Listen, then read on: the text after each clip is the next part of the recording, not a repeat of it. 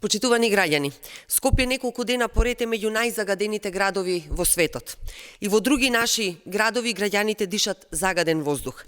Последиците се на директна штета на најважното – здравјето на луѓето.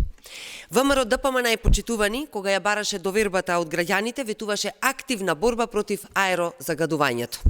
Во програмата на ВМРО ДПМН е платформа 1198 стои дека, цитирам, приоритетни програмски определби на владата предводена од ВМРО ДПМН во областа на заштитата на животната средина ќе бидат план за обезбедување на чист воздух за сите.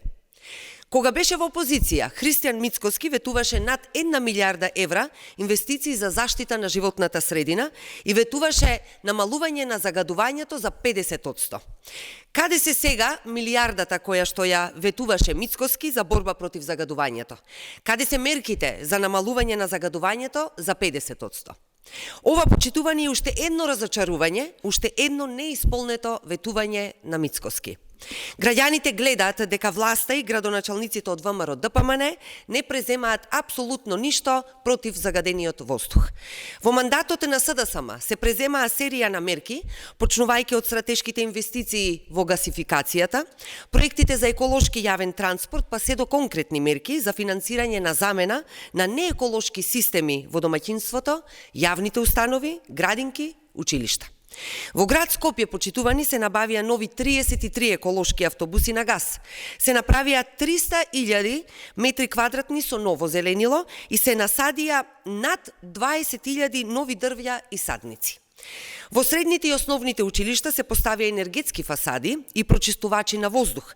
Заменити беа котлите за грејење на државните згради и во училиштата. Овие мерки, почитувани, придонесоа за одредено намалување на просекот на концентрација на штетните честички во воздухот и требаше да се засилат и да се унапредат. Но дојде ВМРО ДПМН на власт и не се направи буквално ништо.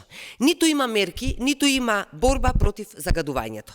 Нема нови автобуси, нема еколошки транспорт, нема ниту нови зелени површини, паркови, засадени дрвја.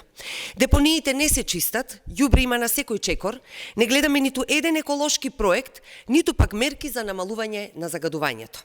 Дури долгорочните проекти за еколошки јавен транспорт, како што беше проектот БТР, иако е со целосно обезбедени пари, ВМРО ДПМН почитувани ги запре. ВМРО ДПМН не смее да го игнорира ова важно прашање за здравјето на граѓаните и мора веднаш да превземе мерки против загадувањето. Ви благодарам.